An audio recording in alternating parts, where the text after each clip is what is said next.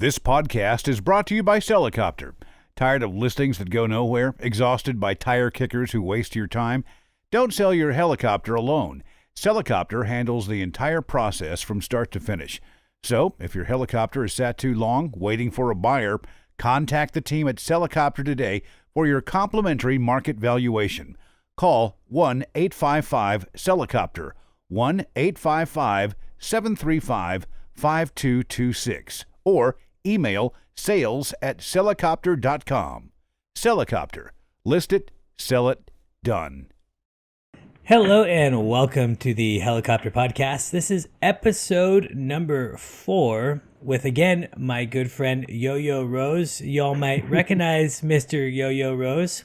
He actually joined us last week, and at the very end of the podcast, we started talking about the Blackhawk, and I was like, hey, we need some more Hawk talk. So let's get Jojo back on. 2 weeks in a row, I'm really monopolizing his time. He's been kind enough to help us out. And in fact, as you guys can see, he is back, and there's some random dudes standing on top of a Blackhawk in the background. So I couldn't ask for a cooler helicopter podcast. So Jojo, welcome back. How are you doing today? Thank you. Thanks for having me. I'm doing good. Yep, I'm here at the hangar, like you just said, and there's Brady and Marshall up there. Probably two of the best Blackhawk mechanics that the industry can ask for. And we're fortunate enough to have them here on our team. So, yeah, like I said last time, we're just doing a PMI 1 and 2 in our Blackhawk that's here in the background. You can see it a little bit. I can move the camera a little bit if you want to. I mean, this is as much we got the tail rotor just put back on, the head is back on, kind of going back together. The mixer is up there. You can't see it from down here. But, yeah, it's coming along pretty well. We got nice, new to us, like they're not new, but they're fairly low time 701 Delta engines installed in there, and excited for this baby to fly again.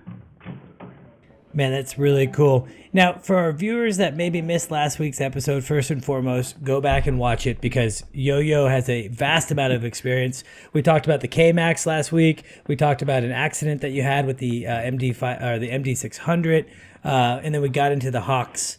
And so, let's just get right back into the Hawks. First and foremost, it's freezing here in Texas today, so I'm growing my beard out to protect my face, and I am bald, so I have my beanie on. So I think I look a little ridiculous, but hopefully everyone can get past that. Now, you were talking about this PMI 1 and 2. Can you kind of break that down for our audience? What exactly are you referring to if maybe they're not familiar with the interval maintenance of the Blackhawk?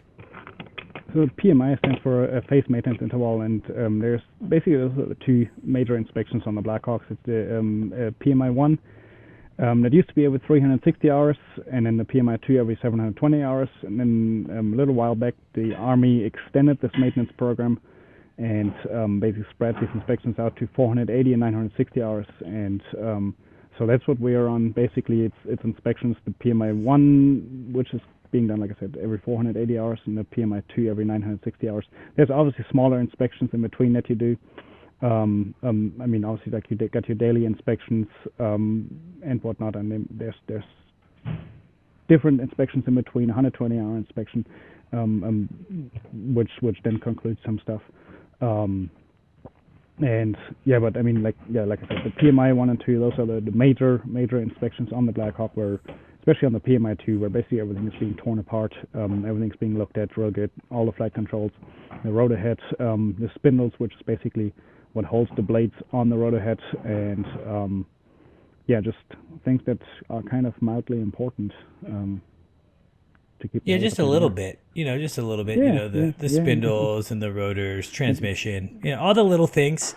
Now, I would have to imagine then, specifically with like the PMI 2, like you were saying, that's a fairly timely process. So what does that kind of completion look like? Is it just those two guys that do it, or do you guys have a larger staff that can push it harder, or is that they just do their thing?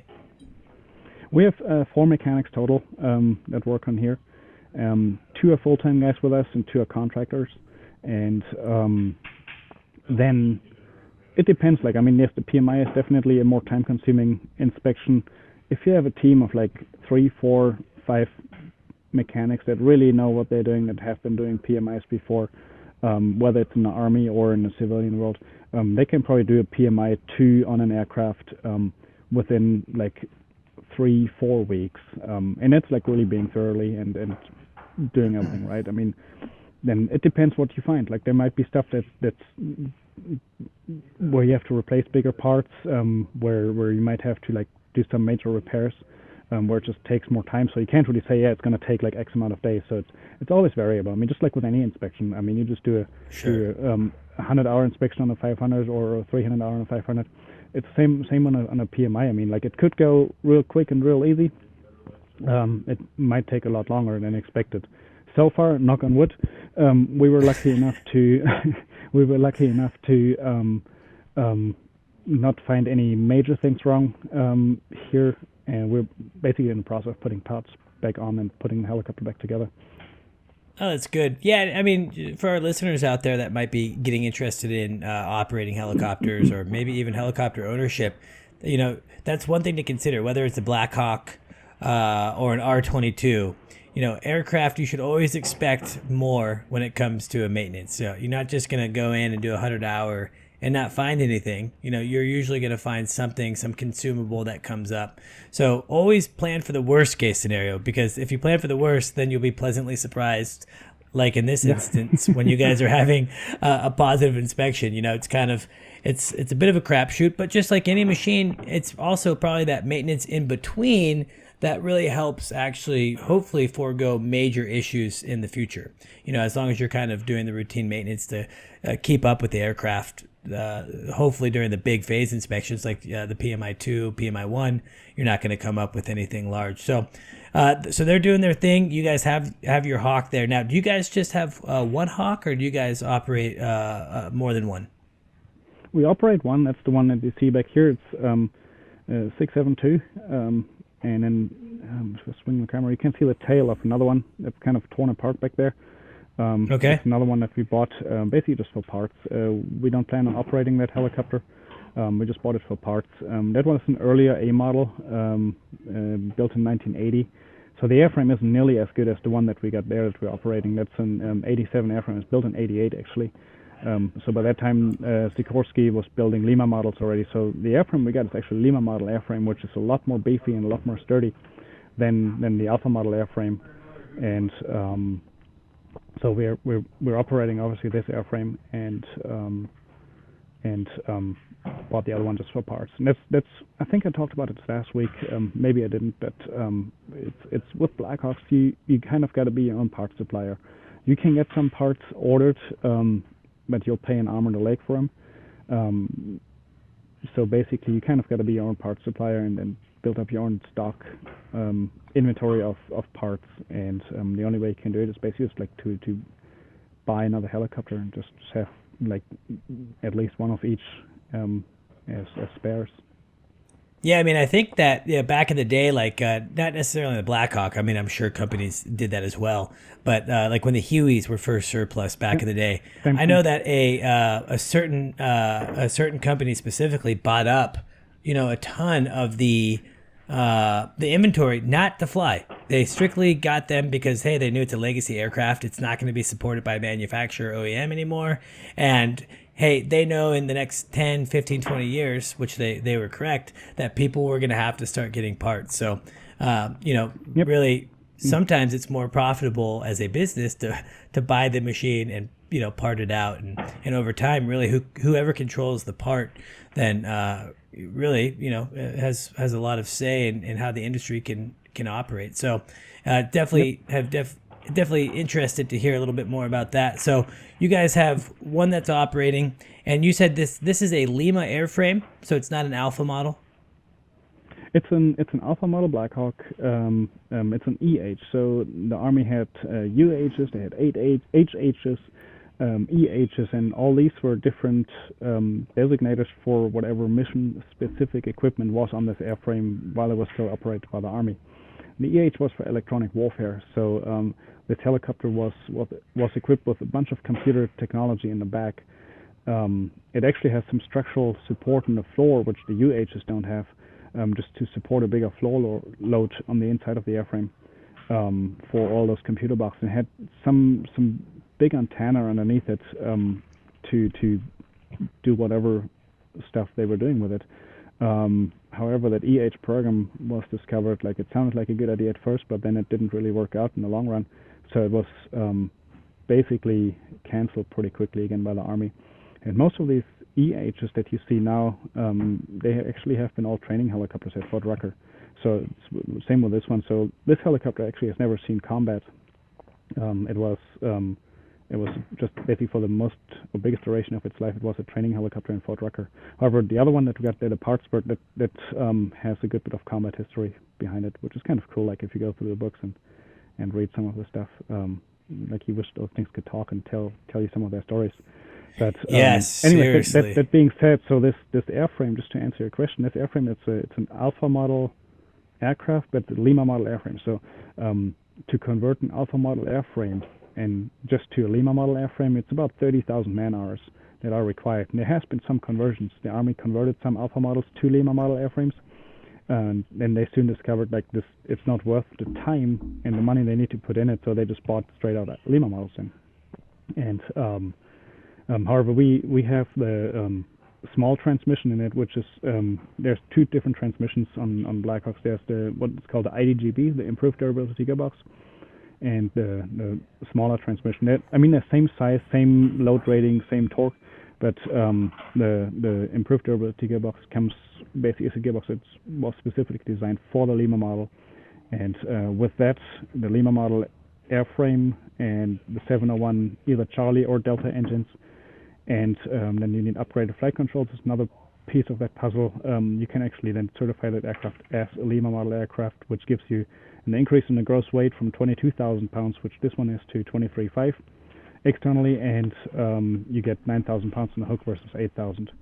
So if we ever were going to do that, we're in a fortunate position to where we most likely could do it fairly easy.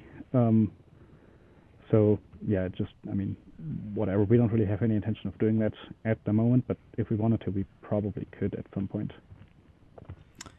Yeah, that's awesome. And yeah, I'm definitely, as you know, a little bit familiar, and I'm learning a little bit more about the Blackhawk every day, right. Just on a little bit of a side project. And yeah, it is interesting, that if you have the updated gearbox and those flight controls and things like that, you can really increase the performance of the aircraft. Now, in your experience, being able to have that, max continuous torque increase and that max gross weight for the missions that you guys are doing and the missions that other companies are doing, is that necessarily beneficial, or is it just kind of, icing on the cake, or nice to have a little extra if need be? No, so if you have a Lima model, or if you have an Alpha, then it's kind of like a slang called a Frankenhawk, when you have the 701 engines in it with the IDGB, the upgraded flight controls. You can actually get the Lima model performance out of that, like, not meaning the increase in gross weight, obviously, but you can get the torque increase, what you were just talking about. So instead of 100% dual engine continuous torque limit, you get an increase up to 120% continuous torque, dual engine torque, as long as you stay below 80 knots. So for what we do for lift work or fires, that would be a huge help, as long as you don't temp out. Obviously, if it's getting too hot outside, or if you're too high up in altitude, then you will just temp out, and then you can have all the torque margin in the world, and you will never hit it, because you will reach your temperature limit before that. But like, if you're at sea level, especially on a cold day, you can do definitely quite a bit more lifting, and you get quite a bit more performance out of it, because we're talking about a fifth. More torque, so 20% more torque, which is a lot. Really. Yeah, no, it really adds a lot. Now, I want to back up a little bit because where are you originally from again, Yo-Yo? I'm originally from Germany. Okay, so Deutschland, wo wohnst du? Oh yeah, yeah. Ich wohne in Did I say that right? Idaho. Yeah. Das ist gut. I did German class for a couple of years, actually. Mir geht's gut. Wie geht's? Okay, there we go. There's my German for the day. Yeah. Now, born in Germany. Now, were you in the military? Did you learn how to fly? I know, actually, we know as of last week that you learned on the civilian side. So how does a civilian helicopter pilot learn how to fly a Blackhawk? How did that happen for you? Right place, right time?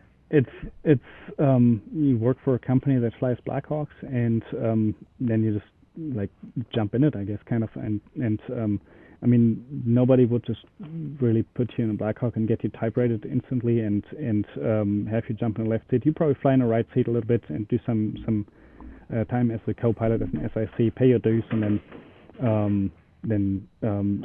so there's two ways to get type rated. Like, then you can either go to flight safety, and it's a 2-week class. That's what I was fortunate enough to do. It's like a classroom, and you fly the simulator. And the simulator, it's I mean, that thing is awesome. It's like literally flying the real aircraft. It's a level D full motion simulator, and then you do your type rating and even your check ride in the simulator. And then the other option is to just do your ground school, and there's examiners out there, kind of like a DPE. It's called a PPE, a pilot proficiency examiner for whatever specific aircraft. So for the Blackhawk or for Chinook or for 61, whatever. And you take your check ride with that examiner, and then like your initial type rating check ride and your type rate. So yeah, that's how you do it. Wow, that's really cool. And yeah, I can imagine doing the flight safety. That's if our listeners are new out there, you're new to aviation, flight safety is they're all over, really, right? I think the one for the Blackhawks in Florida, correct? It's in West Palm Beach, yep. Yep. So down in Florida, there's flight safety in Dallas and whatnot. And essentially, it's a company in which has the super crazy flight simulators. What level D, or am I talking out of my? Yeah. No, it's called a level D simulator. Yeah. It's a full motion simulator, and you can even legally log whatever you fly in the simulator. You can log it as actual flight time. Golly. And you do your check rates in there. Like, you can do your ATP check rate in there. You do your like your type rating, your initial type rating check rate in there. Like, you can do your 6158 rates in there. Like 6158 rate is like in every aircraft that requires a type rating. You need to do an annual check rate. It's under part 6158 in the FARs. Basically, just like specifies like what you have to do, and so it's an annual check rate you got to do. In that specific aircraft, you got to do it every 2 years, but you got to do an annual one. So let's say you type rate in 2 different aircraft, you can like offset them. Like 1 year you do it in the Blackhawk, the other year you do it whatever, let's say in a Chinook, and you could be good to fly either aircraft. But every other year it has to be in that specific aircraft. Yeah, I mean, what kind of it must be really valuable being able to go to the sim, because you can essentially do almost every EP in the book, right? Do they throw the lunch at you down there and really get you prepared, or is it are they pretty? I guess I mean that's probably the best way to do training, right? They don't throw lunch at you. They throw breakfast, lunch, and dinner all at the same time. Yeah. No, it's I mean it's the real deal. And I mean, yes, like you said, you can obviously simulate emergencies, which you cannot simulate in a real helicopter. I mean, like you can't just make your tail rotor quit working in a real helicopter. So you can do it in a simulator, and the simulator will perform and react just like the real aircraft would. But it's just like stuff you can't you can't do in a real aircraft. So the simulator training, yes, it's very valuable. It's very good, in my point of view. I mean, there's kind of downsides to it, like you get in the mindset, oh, it's just a simulator. But if you take the training serious, I think it's a great training program. Yeah. That's really cool. Now, how many hours are you at now in the Blackhawk? I have to look it up. I think I'm like 1200, something like that in the Blackhawk. Wow. So you have a lot. I mean, that's quite a bit of time. Now, are we seeing a lot of military? Are we seeing a lot of military guys and gals that transition into the civilian world by coming into a firefighting operation like this, or is it mostly civilian guys learning how to fly the Blackhawk? It's mostly civilian guys, and the reason for that is, I mean, like, since the Blackhawk is a restricted category aircraft, there's not really much you can do with it besides lift work, really. So coming from the military, they do some lift work, but they don't lean out the door and look down. They have the crew chief in the back look down and tell them, like, hey, forward 2 feet, left 2 feet, like, come down, come up, whatever. And this is not how we work. I mean, like, we lean out the left door and you look down and you fly a long line, just like you do in any other helicopter. So the military pilots don't have that skill. It doesn't mean they can't learn it, but most of them that just come out, they just don't have that skill. Yeah, so it's just a little bit of a different mission. Yeah, oh, way different, yeah. So actually, one of my co-pilots is he's still active in the Guard. He's deployed in Croatia right now. He's coming back early this summer, and he'll be flying with me again as a co-pilot. He obviously would like to transfer over into the left seat eventually, and he's somebody that is definitely trainable. Then the other thing, unfortunately, and I hate to say it, a lot of military pilots just come out and they have a big ego. And there's nothing wrong with that. There's nothing wrong with having a big ego. But in the military, like you come out with like 1,500 or 2,000 hours, and you're like a super, super high time pilot in the Army. However, in the civilian world, like you're not employable, really. I mean, you can maybe do some tours or some whatever, but you're not really employable for most jobs. So that's a pretty tough pill to swallow for a lot of military pilots. So it's and I don't mean to disrespect any military pilot. No, I'm absolutely grateful for everybody's service and for doing what they do, which is awesome, and it's just way different. A lot of military pilots that get out, I see them going more, and that's just like from what I've seen. Friends that came out of the Army or out of the Navy, they went and flew for PHI over in the Gulf or do EMS. Which is more what they know and which is more what they can do is like flying IFR approaches, Sure. and doing that kind of stuff.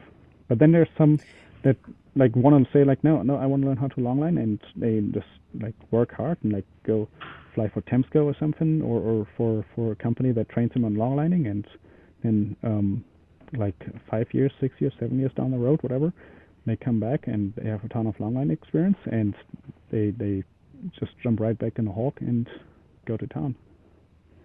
Yeah, and I mean, I have a couple buddies, the previous military guys, and I think they would also agree with you. It's the military is just a different environment.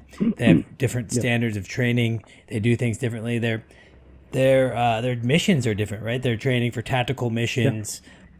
Yeah. Their flying style is a lot different than say what we would learn in the civilian side. And so I definitely agree with you on that. Also, I think that a lot of them, what I've been actually seeing, unfortunately with COVID and everything, that's probably changed a little bit, but the whole rotor transition to fixed wing, that whole program, I feel like is kind of geared towards military pilots, because you're right, they have higher proficiency in instrument flying. They're used to flying with a co-pilot, so they have really good CRM, and that's kind of more in their environment. So I do see a lot of them going that way.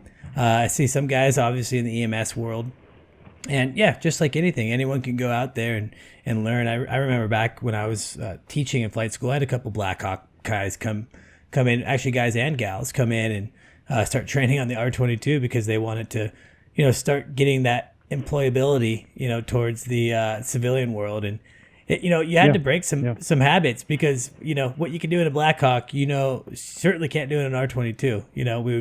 We would be orbiting, and I'd be like, I don't think we should land with this tailwind. Oh, well, but the Blackhawk we could do that. I'm like, this is you don't want to. This is not a Blackhawk.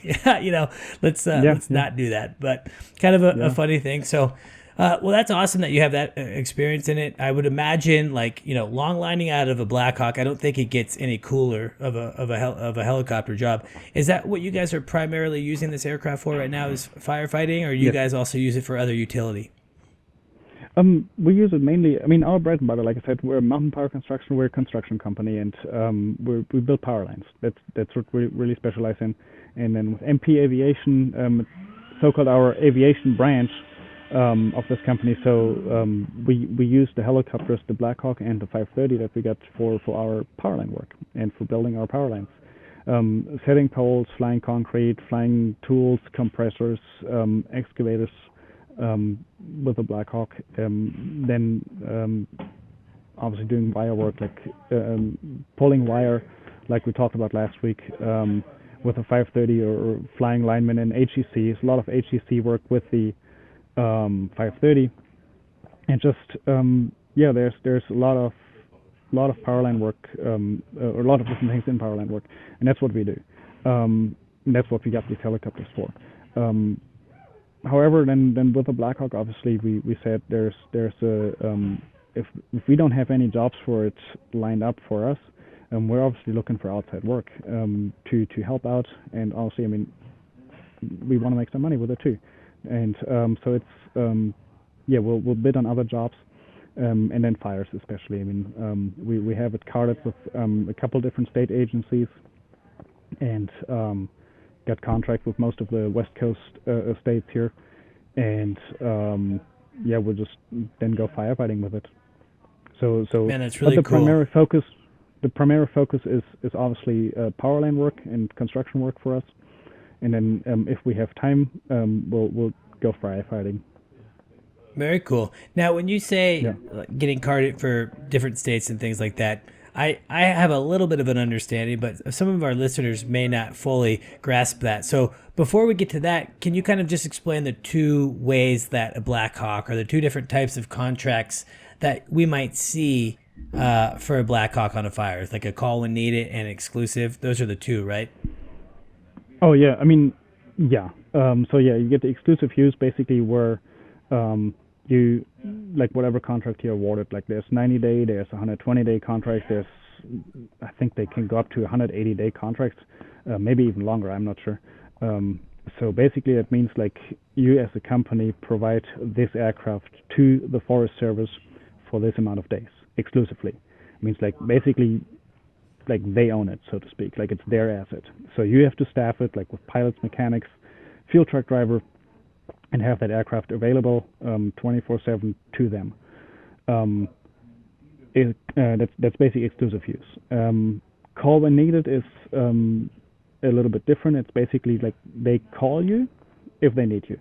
I mean, it goes with the name. So like let's say last year all of a sudden like it was a little bit kind of a slower start, and there was some fires that started to burn, especially down in California. And then all of a sudden there was some major lightning events that went through, and all of a sudden, like, boom, the state was on fire, Oregon was on fire, and shit hit the fan, so to speak. So that's then when they call everybody and their mother, like they're looking for like any helicopter that can fly and splash a coffee cup of water down. And they call around and say like, hey, are you available? Can you come to work for us? And they say like, yep, no problem. And then you go. And usually that goes like, basically, let's say there's a fire here, and then they kind of just expand the radius, so they look like who's the closest, and like they just go further and further away. And last year, like we were up in northern Idaho, they called us out of southern California to come down there. So Chelsea, it was pretty bad, which it was. I mean, like obviously everybody who has any idea about firefighting knows last year was probably one of the most intense fire seasons we've had in a long time. And it was good. Everybody was making a ton of money. Everybody was flying a bunch. So it was an awesome year for everybody. Yeah, it's crazy. It's in the aviation world, not so much the people that were affected. I was going to say that. Yeah, we should preference that. Unfortunately, the wildfires and the destruction that it creates is very upsetting. And I'm certainly sympathetic to that. But it's amazing the tool that helicopters provide. And it's crazy the amount of assets that are can go and essentially go fight a fire and hopefully really help. I mean, I know that my family living in Oregon, this was an unprecedented year for wildfires in Central Oregon and the Valley. Portland and Tualatin and areas where I grew up were like smoked out for 2 or 3 weeks. So just a wild time, and certainly good for the industry and hard for some, but. I guess that's life, right? And it's cool that we have helicopters and specifically cool Blackhawk helicopters and other, of course, airframes that are out there, fighting fires. So now, when you were talking about being carded earlier, does each state have its own carding process? It's not like the United States Forest Service gives like a universal card?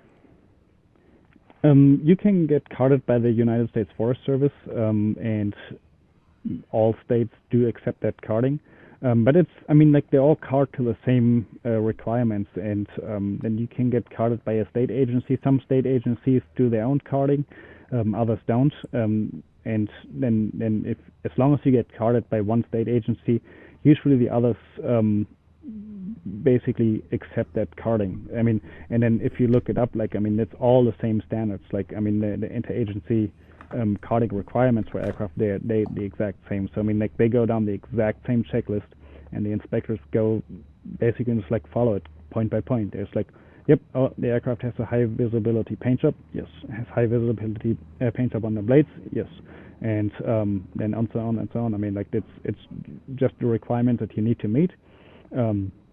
Like where it comes to the outside of the helicopter, lighting, inside avionics, radios, whatnot. Obviously, equipment, what kind of a bucket, what size bucket you got. I mean, all that is regulated. But they go through their checklist. If you like meet every point, then you get your card. That's good for 1 year, and then you go fight fires. Okay, Start over next year. Makes sense. Yep, do it again, and that's a yearly process getting carded. It's like a recarding. Yes. Okay. Yeah. For the aircraft Now, and the fuel truck, it's a yearly recarding. Then for pilot, it's so you got to get carded every year basically, but every 3 years you got to take a check ride. So basically, every 3 years you got to take a carding check ride, which is pretty easy to do. And then like the following 2 years, like if you can show, like I mean, it's for every aircraft obviously, like that you're carded on. So if you do that carding check ride in the Blackhawk, it's not good for any other aircraft. You got to take another check ride for any other aircraft. But then for me, I'm only carded in the Blackhawk now. I was carded in the KMAX before. I had to take a check ride on each aircraft, but now with the Hawk, like I took a check ride 3 years ago, so this year I will actually have to take a check ride again to get carded for fires, and then I'm good again for 3 years. And then so the following year, you just do what it's called a paper carding. You show like, hey, I've done a check ride last year, and here's all my requirements, like all my training documentations. Like you need to do some online training every year. Submit that, and then you get your card. It's pretty straightforward. Yeah, it seems pretty simple. Now, if we switch gears kind of to the pilot side of me, and kind of just curious about flying the Blackhawk in general, what do you love about flying the Blackhawk, and what do you not love so much about flying the Blackhawk? It's a fantastic aircraft to fly. I mean, you have a lot of power. You have a huge safety margin in this aircraft. Starting obviously, you got 2 engines, and it's one of the few aircraft that actually can not only fly but also hover on one engine. And then like just the way the Blackhawk is built, like I mean, it's a really really crash-worthy aircraft. Like it has a negative pressure fuel system, so it means the fuel pumps are on the engine sucking the fuel up versus like pumping the fuel up from the bottom. So then the fuel lines are breakaway on self-sealing fuel lines. So if anything breaks, it's just a sealed off system. You have obviously crash-worthy fuel tanks, the 2-stage Oleo struts on the landing gear. They can handle some ungodly amount of G-forces before anything would actually break on the aircraft itself. And it's a aircraft with a huge safety factor built in it. Besides that, you got 2 SAS systems. You got an FPS, an AFCS system in this helicopter, which makes flying it just like easy. I mean, it really spoils you. And then when you get out real of the fast, Hawk and I get in a 530, it's really like, oh wow, I gotta actually fly this thing again. So now for our listeners out there, which is nice. For our listeners out there that may not be familiar with SAS and then the AFCS system, what are those? So SAS is a stability augmentation system. It's and they all kind of work alike. And the FPS is flight path stabilizer, and so it just stabilizes the aircraft and it helps you fly the aircraft, and it makes it easier. It takes workload off of you. The SAS is a computerized system. There's in the flight controls there's SAS servos. So basically they help you stabilize the aircraft. How it exactly works, I mean, like it will probably take a couple of weeks to talk about that more in detail. Yeah, let's not do that today. Yeah, then you get an FPS, a flight path stabilizer, which is also a computerized system, but it works a little different. I mean, it all works hand in hand, obviously. So just to give you an example, like if you have this aircraft in a hover and you got it trimmed out, you let go of the controls, it'll stay right there. And that's just the SAS systems and the trim and the FPS holding it right there in this place. So now if you push the cyclic just with one finger, you would push the cyclic just to the side, the helicopter would hold exactly this heading what it got and just move sideways until you let go of the cyclic, and then it will just like balance out and stay in the hover there. It's not an autopilot. Also you would drift with the wind, and you got to trim it. You got like a little happy head on the cyclic, And but then it makes flying this thing really easy. Usually the trim is a system that you have a trim release button. You just push that because 9 out of 10 times you find yourself fighting it instead of helping it, especially like when you try and like set a pole like on a really precise location, then it's just more in your way than anything. So you want to fly the aircraft manually, so yeah, like these systems like help you dramatically flying Sure. and controlling this aircraft. You can fly it with I've all always these systems turned off, and that's actually it's like an emergency procedure actually, like on your number 2 hydraulic system. If that would take a shit, and then you would lose all these the sasses and the trim and the FPS. That all goes hand in hand there, and you would lose your boost servo, so the aircraft would actually fly really, really spongy and would fly really, really weird. You train it, but it's just basically a training maneuver. And yeah, I mean the SAS is nice. I have some experience when I was working air medical. The 407 that I was flying had the SAS, and my joke is like, if anyone's familiar with the Carrie Underwood song, like Jesus Take the Wheel, like that's what SAS is to me. Like for the air medical world, I think it was implemented mainly for inadvertent IMC. You're in the clouds, you're an unusual attitude. You can essentially let go, and it's going to take it back to where it was. And there's some parameters in which I think it's like 6 degrees, pitch and maybe 11 roll. I don't necessarily remember, but you're not going to exceed that. So if you end up in like an inadvertent IMC or something along those lines, the SAS is enabled to help you there. And you're right, it's a little awkward at first, but overall I enjoyed flying with the SAS, and then that was you don't feel the SAS in the Blackhawk. I mean, like it's there. You can definitely tell if it's turned off. Like it reacts different, but like you don't feel it. Like the trim is usually what you're fighting in the Blackhawk for the most part. Like if you're doing interesting precision work, like precision long landing, so you have the trim release button, you just push that, and then basically the trim is turned off, so to speak, for that moment as long as you push that button. And, so an extremely safe, good safety, lots of power, super awesome airframe. There has to be something that you kind of don't love about flying the Blackhawk. I was actually just trying to think about that while I was talking about what I like flying about it. But honestly, so far there isn't very many things. I mean, it's I guess one of the things that is kind of like, then I always joke about and saying like the K-Max is awesome because it has the perfect amount of seats. One, right? So it's just me, a helicopter, and a long line, which is awesome. In a Blackhawk, you obviously always have a co-pilot with you. But then, I mean, if you hate your co-pilot, I guess you made a bad choice in having that co-pilot. On the higher, it's like if you have a cool person, it's actually super fun to fly with a cool person next to you. You like chat it out, you have a good time, and you act as a team, and like you help each other out. And So I mean, overall, a great aircraft to fly, and I can imagine it's now. Super awesome, and like I said, the safety factor, and especially the single engine flyaway capability on this aircraft, especially if like in the civilian world, it's so light. It's awesome, and I actually came in a situation where this actually saved my ass, and there was 3 years, I believe, 4 years ago, something like that, on a fire in San Diego. And there was an Alpha model Blackhawk with the 700 engines, even just the smaller engines. And we were just coming in for the drop and just dropping water on the fire. And so my co-pilot and I were just kind of briefing, like, okay, this is the line we fly. Like, if anything, like, that was before we did anything. Like we said, like, if anything happens, we'll bail out to the right. That was where everything was burnt already and was black, and it was free, clear air. And so I was leaning out the door, just dropping the water. In that moment, I all of a sudden heard a static warning sound. I was like, what the heck? And that same moment, I heard him, hey, watch your power. And he just took the controls and banged over to the left and just, to the right, and just like flew out of there. And so by the time I took my head back in the cockpit, like, he already took care of most of it. So, and then I came back in and I saw like my number 2 torque was way low, my number 2 temperature was way low, my NG was way low. I was like, we just shit our number 2 engine.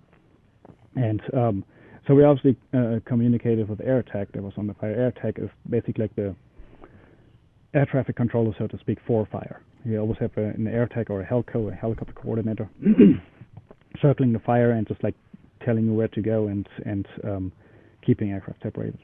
And we told him like, yeah, we got some issues, so we bail out, and we found a place to like kind of go there and drop off the bucket. We couldn't land there; it was too steep, but it was at least a place where we could land or drop the bucket off, and kind of like it was in a bit on a hole, so I didn't want to really come to a complete hover, but I slowed it down to about 20 knots and just pickled the bucket.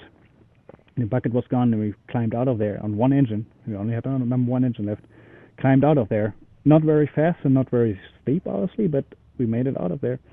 And then there was an airport 5 miles away or 6 miles away. Flew to that airport and just did a emergency landing, which is just a roll-on landing, literally. I mean, just anybody that's flown like you do is like a run-on landing. Same thing. Obviously, you got wheels on a Blackhawk, so it's a little bit different. But just do a roll-on landing and land at the airport. And wow.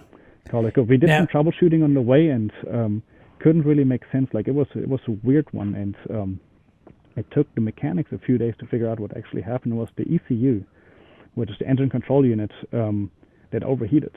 And on those old 700 engines, that's at least what I was told, there was the problem, like if these ECUs overheat, that they could create some phantom problems, which is exactly what happened to us. It wasn't a phantom problem. It rolled the engine to idle. And then we took the engine lockout, which is basically the ECU lockout, where you just basically override the ECU. So you take the ECU out of the equation, and with the throttles that are here under the ceiling, you manually control your RPMs on the engine. You kind of like steer the controls, and the indications didn't make sense. The indications stayed the same, but we could drive the rotor speed up with that. So the engine was running, the engine was functioning, but none of the indications matched. And because of none of the indications matched, that means the two ECUs from both engines weren't talking to each other anymore. And in that case, you get basically the one engine that's still running goes on the single engine performance, which has different limitations. So wow, yeah, it was an interesting one, yeah. But again, I mean, yeah, it was pretty exciting in that moment, and then it was still exciting afterwards. It was a good experience. Like, I'm glad for that co-pilot I had, like Chris. He was awesome, super awesome guy, and he's actually been flying Blackhawks since the early '80s, so almost since day one with the Blackhawks. Wow. And super cool guy, really good pilot, and yeah. As my good buddy Marcus in the helicopter world would say, he helped save your bacon that day. Sounds like he responded correctly and took the action, and I'm glad to know that he was taking his SIC co-pilot position seriously. I think maybe those could be the unsung heroes at times. I've never actually flown a helicopter in a two-person capacity, so I'm not quite sure what the dynamic is. But I would hope that the SICs, specifically in a firefighting, very intense operation, I hope that they're staying awake over there and doing their thing. So I'm glad to hear that. He took the right action, man. Between you had the ECU failure, you had your MD-600N, so you've in your nearly 10,000 hours of flight experience, you've definitely been able to get through some emergencies that you were ready for. It sounds like it's never a huge deal when you're prepped for it. It's obviously scary and can be very intense, but it seems like each time you're able just to rely on your training and your knowledge to get the outcome that you wanted. So it's cool. Let's just call it good, though. No more whoever. No more issues. You got at least, not for at least another 10,000 hours. I think you deserve. I'm good with that. You deserve that. Now that's just. It just seems really like a cool thing. Do you know how many Blackhawks are currently operating on the civilian side, or is that just a crazy number that you don't know? I would have to guess. I mean, I would say probably 95% of all civilian Blackhawks are in the United States. There's a couple in South Africa. There's a couple in New Zealand. I think Australia bought some for firefighting. Then. Well, the Polish police fly some, but it's not really that much civilian, I guess. But how many would there be? Like, by now here in the United States, maybe 50, 60, 70. It's more like Yeah. a guess than anything. Like I really don't know. I mean, Sure. like I kind of put you on the major spot with operators that one. like. No, that's fine. Like some operators like fly 9 or 10 of them. Others fly one like us. So it really depends. I don't know how many operators there are. There's Ned Dawson, like that New Zealand guy. He made those posters with all the civilian Blackhawks on there. So there's actually quite a few civilian companies out there that fly Blackhawks. However, how many Blackhawks each company has to get you the total number, I don't know. I mean, your guess is kind of as good as mine, I guess. But. I mean, that sounds about right. Now, have you named your Blackhawk? No, we didn't give it a name. No name? Oh, man. No. I guess we're missing out on that, eh? You're missing out, man. I feel like a machine like that deserves a name. And it's just been really cool to kind of learn more about it today. I think a lot of our listeners, I hope that we have some prior military guys and gals that are maybe familiar with the Blackhawk, but I think a lot of the listeners are civilian guys and gals like me. So being able to kind of peek into this civilian world, maybe this, we may have inspired some people to try to get into this. And I mean, from a civilian aspect, golly, I don't think it gets much better, but I think we're actually kind of pressing up on our time for today. I love the background, and I really I love all the information. This is always fun with you, Yo-Yo. You're a super knowledgeable guy. You dealt with me for 2 back-to-back podcasts, so I mean, you're a special individual. I know, right? So thank you again. Now, just yeah, seriously. Just a reminder for our listeners: what is the company that you currently work for in the position prior to us exiting out? I'm the chief pilot of Mountain Power Construction and MP Aviation. Awesome. And this is essentially a program that you built from the ground up, specifically with the Blackhawk, right? Yes. I mean, I was not by myself. Really cool. Brady, our lead Blackhawk mechanic, has helped building this maintenance program that we got, and all the support. I mean, it's never just a one-man show. I mean, like I couldn't do it without Marshall, Brady, Ryan, Joseph, like all the other guys here that help out and do everything. And then so it's there's a lot of people involved. There's a lot of moving pieces, and everybody deserves the same credit. That's awesome. Well, that's nice of you to make sure that we understand it's a team effort, and I certainly get that. And you know what, Yo-Yo, I'm stoked for you, man. We've known each other for a long time. Been primarily Facebook friends for like the last 12 years, really. So it's been really a special thing to connect with you. But it's so exciting to see you succeeding and happy. So thank you again so much for joining back to back. We're definitely going to have you on again. Yeah. And for all of our listeners out there, all 10 of you, last week it was 5. Now maybe we're up to 10. So thank you. If you like this podcast, the Helicopter Podcast, please like, subscribe, do whatever you can do. We're on most major platforms. Share it with your friends that are in the helicopter world or people that might be interested in helicopters. The goal of the podcast is just to bring value. So thank you to everyone. Yo-Yo, thank you to you. And as always, thanks for listening, and you all be safe out there. As always, a special thanks to Helicopter for producing this podcast. Specializing in helicopter evaluations, faster sales, and superb service, Helicopter is the go-to agency for clients expecting immediate results. Helicopter's team of helicopter professionals are the best in the business. Using their aviation expertise, a nationwide network, and a proprietary 76-step listing strategy, Helicopter will convert your listing from Mayday to payday. Ready to get started? Text Helicopter to 1-855-Helicopter. That's Helicopter to 1-855-735-5226. And a Helicopter pilot agent will reach out. Helicopter. List it, sell it, done.